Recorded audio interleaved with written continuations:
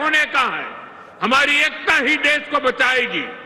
भाइयों और बहनों, मैं महाराष्ट्र के लोगों को कांग्रेस की एक और करतूत बताना चाहता हूं। आपने खबरों में देखा होगा, अभी दिल्ली में हजारों करोड़ रुपए का ड्रग्स पकड़ा गया। और देखिए दुख की बात, इस ड्रग्स रैकेट का मुख्य सरगना कौन निकला? कांग्रेस का एक नेता उसका मुख्य सरगना निकला। कांग्रेस युवाओं को नशे की लत में धकेलकर उस पैसे से चुनाव लड़ना और जीतना चाहती है। हमें इस खतरे से सावधान रहना है और दूसरों को भी सावधान करना है। हमें साथ मिलकर ये लड़ाई जीतनी होगी। साथियों, आज हमारी सरकार का हर निर्णय, हर नीति विकसित भारत को समर्पित है और विकसित भारत का बहुत बड़ा आधार हमारे किसान हैं। किसानों को सशक्त बनाने की दिशा में आज कई बड़े कदम उठाए गए हैं। आज 9,200 किसान उत्पाद संघ एफपीओ देश को समर्पित किए गए हैं। अभी कृषि के लिए कई इंफ्रास्ट्रक्चर प्रोजेक्ट का भी लोकार्पण हुआ है। इनसे कृषि उत्पादों के स्टोरेज, प्रोसेसिंग और प्रबंधन की क्षमता बढ़ेगी। ये सारे प्रयास किसानों की आय बढ़ाने में मदद करेंगे। वैसे यहां महाराष्ट्र में तो किसानों को एनडीए सरकार में डबल फायदा हो रहा है। एकनाथ जी शिंदे की सरकार ने किसानों का बिजली बिल भी जीरो कर दिया है। आमच्या शेतकऱ्यांना विजेचे बिल मिळत आहेत, त्यावर शून्य लिहिलेले आहे ना। साथियों, महाराष्ट्र के किसानों ने, विदर्भ के किसानों ने कई दशकों तक बड़े संकटों का सामना किया है। कांग्रेस और उसके साथियों की सरकारों ने किसानों को बदहाल और गरीब बनाने में कोई कोर कसर नहीं छोड़ी थी। यहां जब तक महाआघाड़ी की सरकार थी, उसके दो ही एजेंडे थे। पहला, किसानों से जुड़ी परियोजनाओं को ठप करना। दूसरा, इन परियोजनाओं के पैसे में भ्रष्टाचार करना।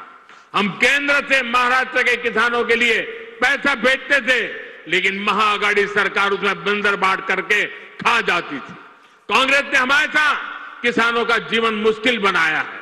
वो आज भी वही पुराना खेल खेल रही है।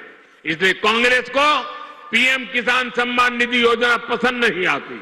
कांग्रेस इस योजना का मजाक उड़ाती है, किसानों को मिल रहे पैसों का विरोध करती है, क्योंकि किसानों के खातों में जा रहे पैसे से उनको जो कमाई करनी चाहिए, उनको जो कटकी करनी चाहिए, भ्रष्टाचार करना चाहिए, उसका अवसर नहीं रहा है। आज पड़ोसी राज्य कर्नाटका को देखिए, जैसे महाराष्ट्र में महायुति सरकार किसान सम्मान निधि के साथ अलग से पैसे देती है, ऐसे ही कर्नाटका में बीजेपी सरकार देती थी। यहाँ कर्नाटका के मेरे कई बंजारिया परिवार यहाँ आए हुए हैं, लेकिन जैसे ही कर्नाटका में कांग्रेस की सरकार आई, उन्होंने वो पैसा देना बंद कर दिया। वहां की कई सिंचाई परियोजनाओं से राज्य सरकार ने मुंह फेर लिया। कर्नाटका में कांग्रेस ने बीज की कीमतें भी बढ़ा दी। हर चुनाव से पहले कर्ज माफी का झूठा वादा कांग्रेस का पसंदीदा हथकंडा है।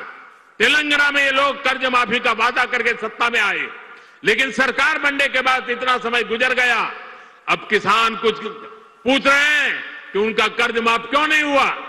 भाइयों और बहनों, हमें भूलना नहीं है, महाराष्ट्र में भी कांग्रेस और महाआघाड़ी सरकार ने सिंचाई से जुड़े कितने कामों को रोक कर रखा था।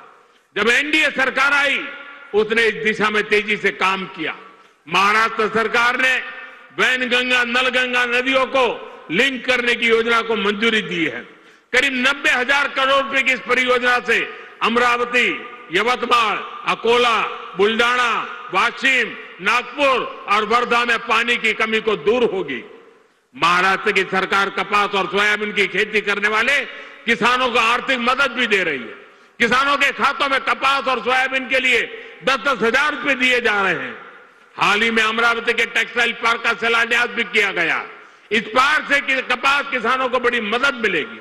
साथियों, हमारे महाराष्ट्र में देश की आर्थिक प्रगति का नेतृत्व करने की असीम क्षमता है।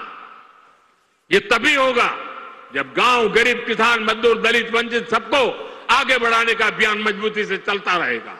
मुझे विश्वास है आप सब अपना आशीर्वाद बनाए रहेंगे। हम सब साथ मिलकर विकसित महाराष्ट्र, विकसित भारत के सपने को पूरा करेंगे। इसी कामना के साथ मैं एक बार फिर हमारे किसान साथियों और मेरे बंजारा समाज के सब भाई बहनों को बहुत बहुत बधाई देता हूं।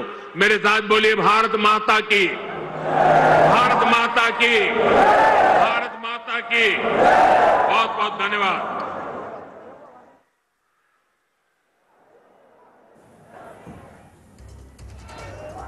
तर भाजप वंचित समाजाचा विकास करतं, मात्र काँग्रेसकडून समाजात तेढ निर्माण करण्याचा प्रयत्न करण्यात आल्याचं मोदींनी म्हटलंय। काँग्रेससह महाविकास आघाडीच्या सरकारवर देखील मोदींनी जोरदार निशाणा साधलाय।